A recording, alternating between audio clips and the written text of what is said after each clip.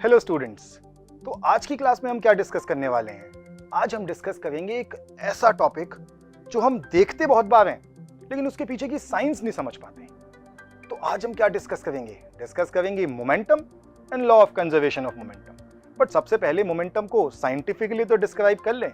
Scientifically momentum is the product of mass and velocity of a body. किसी भी body के मास को अगर उसकी वेलोसिटी से मल्टीप्लाई कर दिया जाए तो हमारे पास मोमेंटम आ जाता है।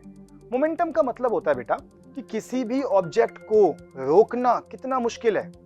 जैसे हमारे पास यहाँ पे ये दो बॉल्स हैं, दोनों ही रेस्ट पे हैं।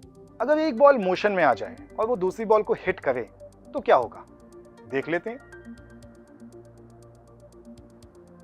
देखा आपने, फर्स्ट ऑब्जेक्ट को मैंने फोर्स दिया, वो मूव करना स्टार्ट हुई, वो जाके टकराई दूसरी ऑब्जेक्ट से और दूसरी ऑब्जेक्ट जो कि पहले रेस्ट पे थी वो भी मूव करना स्टार्ट हो गई। यानी कि मोमेंटम की वजह से जो ऑब्जेक्ट रेस्ट पे है वो मोशन में आ सकती है। क्यों? इसे कहते हैं ट्रांसफर ऑफ मोमेंटम। एक ऑब्जेक्ट अपना मोमेंटम दूसरी ऑब्जेक्ट को ट्रांसफर कर देती है और यहीं पे आता है law of conservation of momentum. Law of conservation of momentum कहता है कि जब भी कभी मोमेंटम ट्रांसफर होगा तो वो इस तरीके से होगा कि टोटल मोमेंटम कांस्टेंट रहेगा।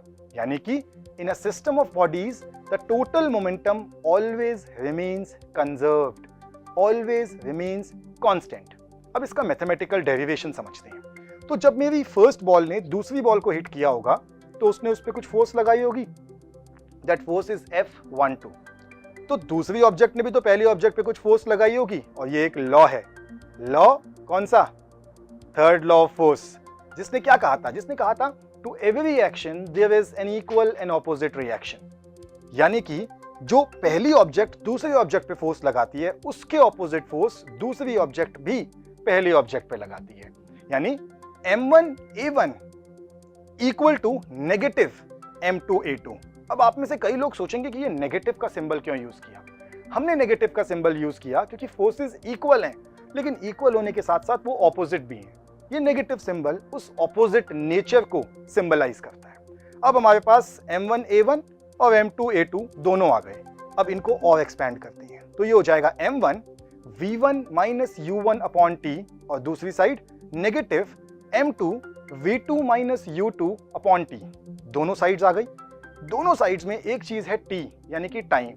दोनों ही साइड इक्वल है और इक्वल चीजें दोनों साइड कैंसिल आउट हो जाती हैं। तो टाइम कैंसिल करने के बाद मेरे पास जो इक्वेशन बची वो बची M1 V1 minus U1 brackets के अंदर है equal to negative M2 V2 minus U2।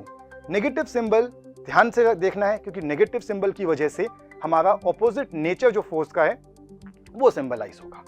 अब हम इक्वेशन को और आगे लेके जाते हैं और देखते हैं कि ये कैसे सॉल्व होती है। तो हमारे पास आ जाएगा M1 V1 minus M1 U1 equals to negative M2 V2 और बाहर के नेगेटिव की वजह से अंदर का नेगेटिव हो जाएगा पॉजिटिव M2 U2।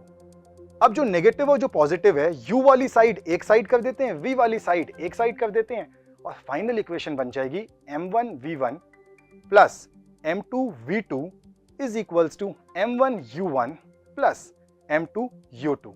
अब अगर मैं ध्यान से देखूं तो U1 U2 इनिशियल वेलोसिटीज, तो ये साइड तो इनिशियल मोमेंटम दिखा रही है और V1 V2 फाइनल मोमेंटम दिखा रही है। यानी कि इनिशियल मोमेंटम फाइनल मोमेंटम के इक्वल होता है और इसका मैथमेटिकल प्रूफ आपके सामने है। So that's all for today's video. Thank you.